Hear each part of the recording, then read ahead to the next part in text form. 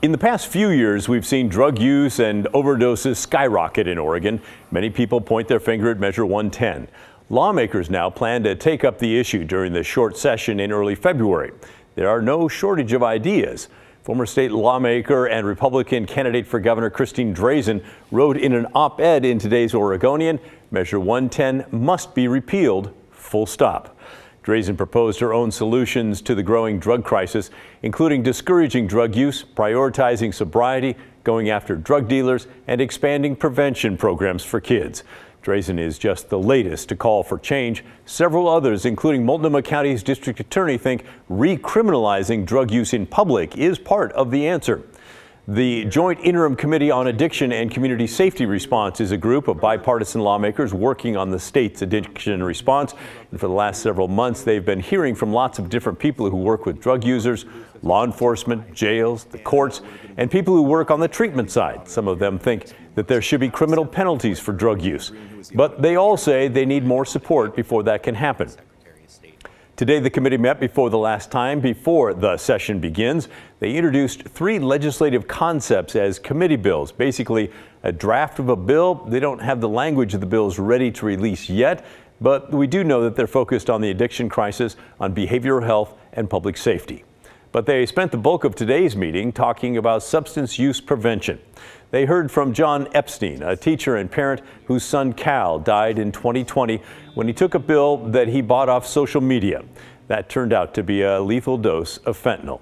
Today, he told lawmakers that the state has not been doing enough to prevent drug use in kids. You'll hear his voice here over a presentation given to the committee. We have ignored prevention in this state for a decade. We've done nothing. When we went around to look for places to land a fentanyl awareness and prevention curriculum, there was nowhere to take it. Nobody stood up after the Lund report and said, oh, that's our problem, we own that, we'll fix it. Not one group stood up and said, that's our problem. Many pointed at it and said that is a problem, but there is no ownership for prevention in Oregon. The Lund report he's referring to is a report from last March of last year that showed how state inaction left Oregon teens vulnerable to fentanyl. It detailed how youth addiction treatment programs have diminished in Oregon. You can read it now on thelundreport.com. It's definitely worth your time. Lawmakers today also heard from Alcohol Drug Policy Commission. That's a state agency that's tasked with improving the state's substance use services. They presented a 14-part list of recommendations when it comes to making changes to Measure 110.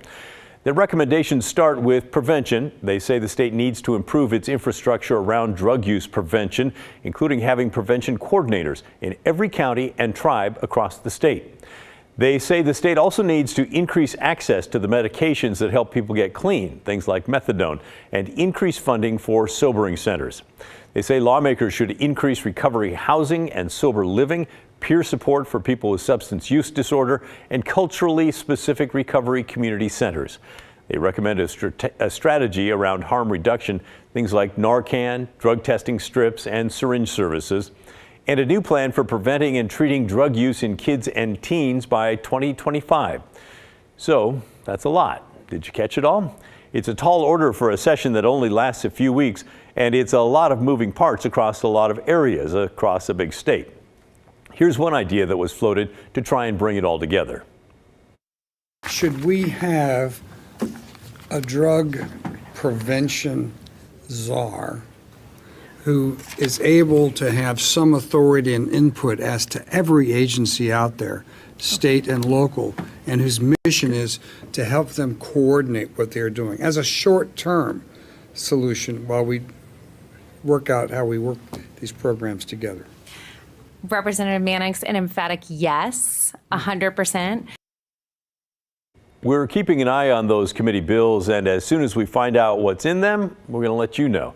And you can bet we'll be following the issue through this short session, which starts Monday, February 5th. In the meantime, let's hear from you. What does Oregon need to do better when it comes to drug abuse prevention? Send us our thoughts, will you? The email address is thestory@kgw.com, or call and leave us a voicemail. The phone number is 503-226-5090.